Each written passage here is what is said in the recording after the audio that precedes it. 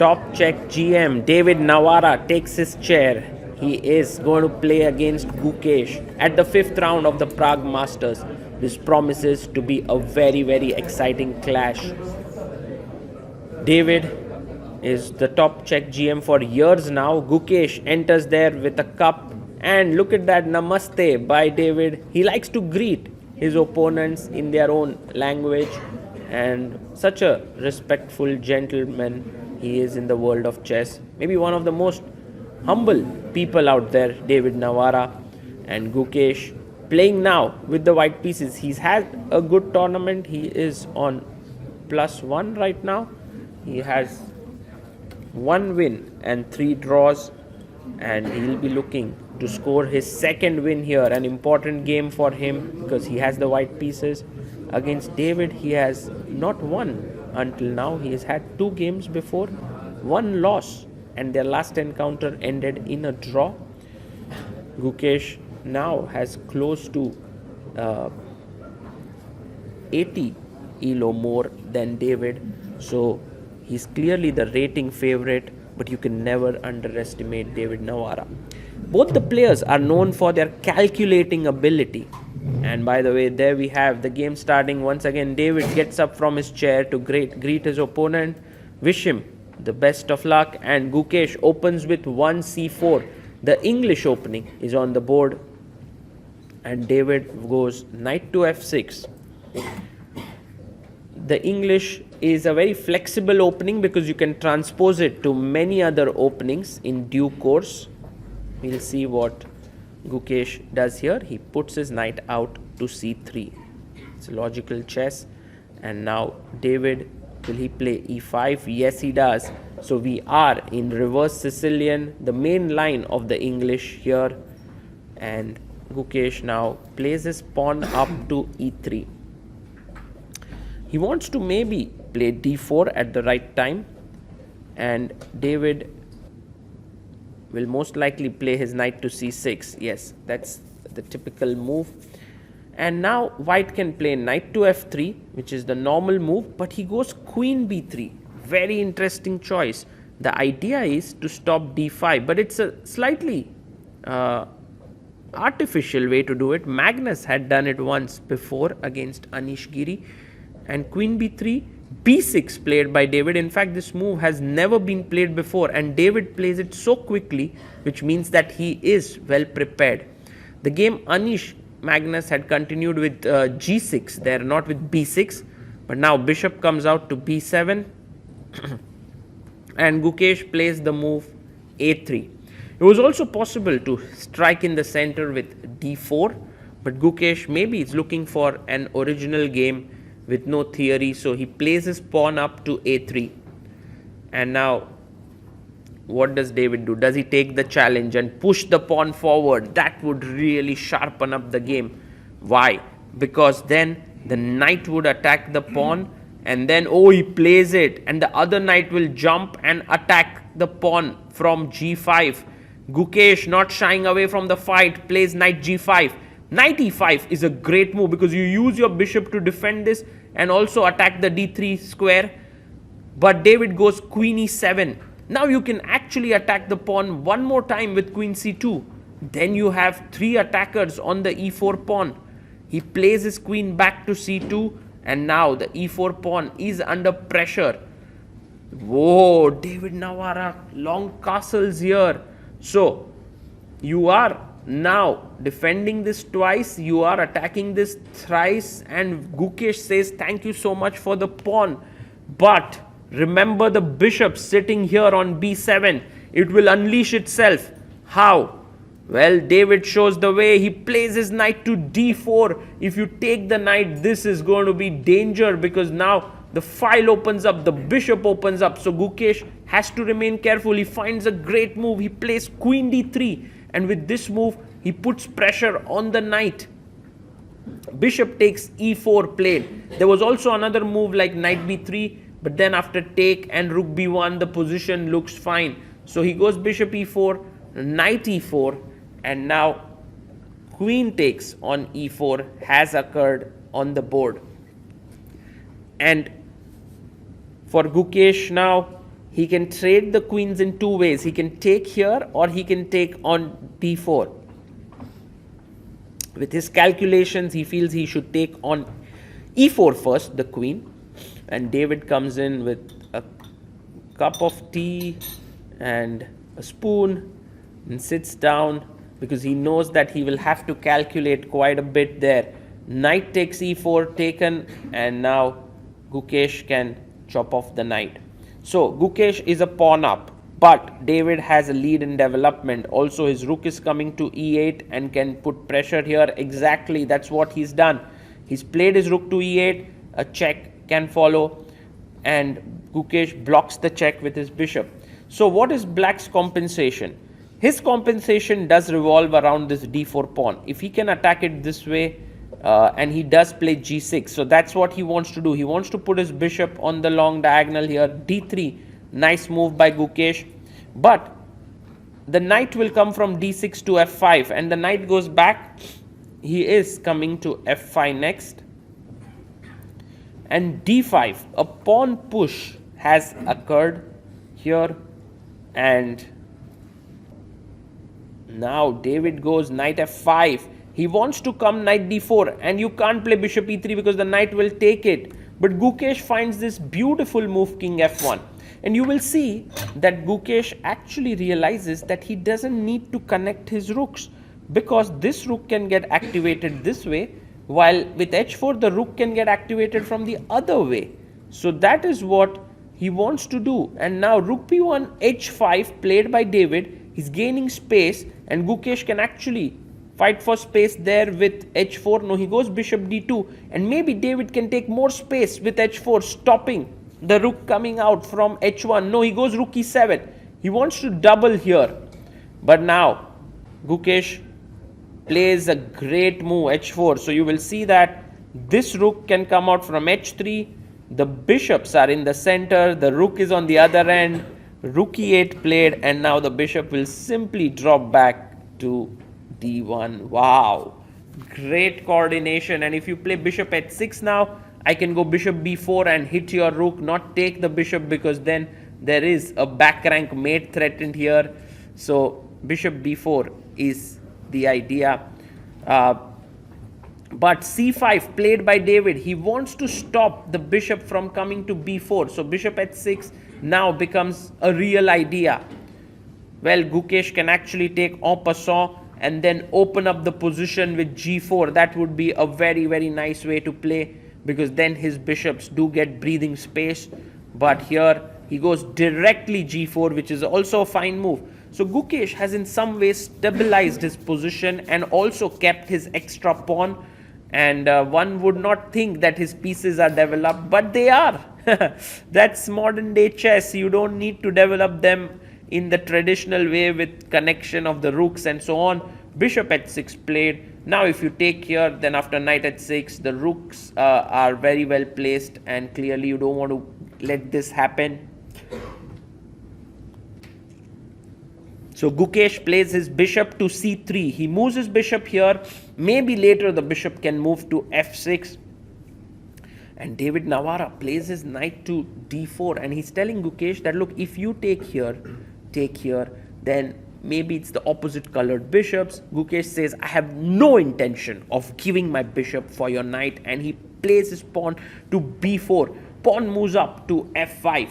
Well, the bishop always has found good home on the d1 square, and he does so again. He puts his bishop back on d1. This is a very powerful bishop that can move in both directions, bishop a4, bishop h5. You know, Gukesh just recently has played this freestyle chess at Weissenhaus, and I feel this game is such a good representation of such chess. Bishop takes e2 played on the board, and now the rook is planning to come on e2, and this rook on b1 can open up. Next move, exactly, bishop b takes c5, and this is very serious edge for Gukesh. You will see that now he not only has an extra pawn, but his rook stands on a beautiful file here. His other rook can come to g1 and attack the g6 pawn, and this looks really, really good. And here the way in which white plays, yes, rook to b5, good move there, because he wants to attack here, maybe force exactly bishop f8, and then he can come back to b2 and trade off one of the active rooks. Yes, exactly, Gukesh doing this really well, and he's on course for the full point. What a nice game played by him until now. The game has been complex. David has been finding some good moves, but Gukesh has been up to the task, takes bishop b2. Now the rook has no entry points on the e file, so David goes king c7, smart move. He wants to get the rook from b8. So rook g1 played. Gukesh says, I want to attack here. Maybe a better way to begin was bishop c3, because if rook b8, you can go king e2 and get your rook here. But he goes rook g1, and now David Navara can actually play rook b8 and attack the bishop. Now very important for Gukesh to put his bishop on f6, because then after a check and the rooks being traded, the bishop defends the pawn. There's no way to attack it with bishop e7, but he goes bishop c3, and this is a dubious decision, because now after a check, and if you trade the rooks, let's imagine that I give a check here, which is what David does, and if you go king g2, then after takes bishop e7, and this pawn is falling, but David goes Gukesh goes bishop e1 and keeps the pieces on the board and says, next move I'm going to take here on g6. You can also not play here because of bishop a5. So David Navara has to tread carefully here, and he finds the best move, bishop g7.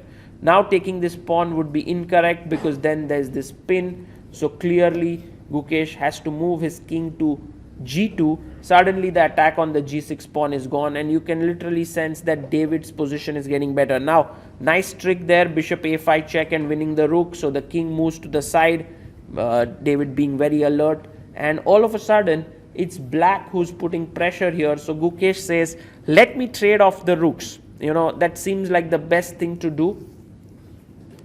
But now his chances of winning have gone away, have withered away, and in fact now David can take the rook. It's a good decision. King takes, and you can attack this pawn already, but even more accurate way to do is to go bishop b2, provoke the pawn to come forward, which is what David does, and once it comes forward, later on the king can easily get and attack this pawn here. So a4 played, and now bishop comes back to f6, attacking the h4 pawn. So fantastic chess here by David Navara, showing great endgame skills, and for Gukesh it's very, very tough now, because he was completely better, close to winning, but from there he's landed up in an equal endgame, and David is doing this very carefully and nicely. King comes up to b6, and Gukesh goes king g2. Now he's going to lose this pawn. I believe David will snatch that pawn up. Bishop takes h4, and yes, he's played it. Bishop takes pawn, and for Gukesh, where is his play? He goes d4, but this is again a scary move, because now after pawn takes, bishop takes, which is what is likely to happen. There's a check, but the king can jump here and now start to attack these pawns here on c4, d5. So Gukesh has to remain a bit careful, but I think he's got things under control. The logical result of this game should be a draw. So bishop takes, pawn takes d4, and now bishop takes d4 check. King has to come to a5. You can also play king e6, but slightly passive. So king goes to a5, attacking the a4 pawn. And if you take on a7, which could be possible, then I take on a4, and position looks quite fine for both sides. But Gukesh now, he's still thinking about, is there a way where I can actually win this position? That's how Gukesh thinks always. He's very, very ambitious. He pushes his pawn to c5, and somewhere he is looking at ideas where he can push his pawn to c6. Bishop e7 played by David. If you take this pawn on a4, then c6 already is a winning move, because now the pawn is moving ahead. Here, like let's say bishop d8, bishop e5 and c7. So first David goes here bishop e7, Gukesh pushes his pawn. A good way to draw here was c6, because after take, let's say bishop d6, you can take on a7 and this game would end in a draw. But instead Gukesh again goes d6, keeping the juice in the game, trying that if there's any way for him to win. But remember, he's also now 15 minutes on the clock, so he needs to take care of the time, because these endgames can get notoriously complicated, to find the win. So bishop d8 played, and now there's this interesting move that Gukesh has, and he has to play it, otherwise he will be in trouble. King takes a4 and king coming back would give black the win. So c6, the best move, has been found by Gukesh, and now David must take the pawn, which he does. D takes c6 and Gukesh snatches the pawn on a7. There's one way that white can actually now think about winning. There's this move, bishop b8 to c7 and then d7 d8. So David now takes on a4, but what does he have in mind for bishop b8, bishop c7? Exactly, Gukesh plays it. Well, there are two ways to meet it, I believe. One is bishop f6 to c5. Let's say here, if you play bishop c7, I go bishop e5, pin it here. The other way, which David finds, is bishop b6. Very nice move. The position is still a draw. After bishop c7, king b5 was the idea, but Gukesh blunders now with king f3. King g3 was still a draw. This is very important because you keep the f pawn open in cases required. But with king f3, now this move g5 is what David has to find. Very tough move, because if you go king b5, then king f4 and the king comes in and takes the pawns. But if David is alert and is playing on both sides of the board, he will be able to, he finds it. Such an important move, and with this Gukesh is suddenly completely lost, because now black has king b5, c5, king c6, king coming and stopping these pawns, and these are powerful pawns. So d7 played by Gukesh, but this pawn is going nowhere. The bishop is controlling it. So time for the king to go back here. King b5 would be a good move. A move like c5 would be a mistake because of bishop a7, and then you take it. So first king b5, that's the right decision. And next up we have c5 and king c6 coming in. And so now Gukesh does not have a move. Look at Gukesh there. He's so upset. He's just completely missed the bus there, and you hardly ever see Gukesh emoting so much on the board, because from a completely winning position and then a completely fine position, he has now landed in a completely lost one. This is the tragedy of a top player. You fight for hours and hours and then you land up. You are often over ambitious as well. Now bishop f6 is the idea, and only move for David to keep the win is bishop d8, but you can bank on him to find it. Of course he does. Bishop d8, what a nice move. And now Gukesh starts moving quickly, but that's not going to be enough, because king c4, king d5, or king c5, king d5 is coming in, and David is doing this very, very carefully. So king c5 first, and now Gukesh goes king d3, but now king d5, again an important move, attacking the bishop, threatening king e6, and king takes pawn. That's the idea. And so bishop goes back to c3, the king will go back now to e6, and the d7 pawn is hanging. So pawn moves up to f3, but now king takes on d7. That's what is played, and bishop d2. Yes, this is now clear that black is 2 pawns up and Gukesh can safely resign. but sometimes out of inertia you keep making certain moves. King c4, maybe trying to get in with the king here, but the bishop can simply block it. That's exactly what David does, and Gukesh goes king d4.